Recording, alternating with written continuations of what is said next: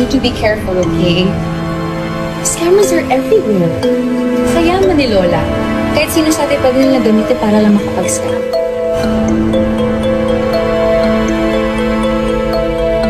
Parang kayo.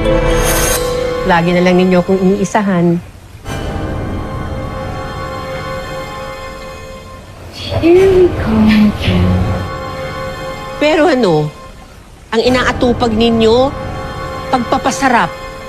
Imbis na magtrabaho kayo dun sa ating De La Costa Food Corporation. And why would we want to work in your boring company? Actually, hindi rin naman ako excited sa idea niyo. Lola, binibigyan niyo lang karapatan ng mga tao na yun para kontrolin ang buhay ko. I love my independence.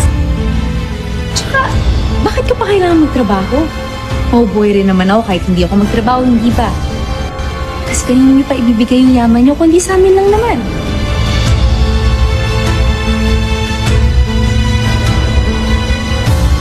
Saan ka na naman pupunta? Bumalik ka rito. I'm just gonna do whatever Ikaw rin, bumalik ka rito. and you can't stop. Ay,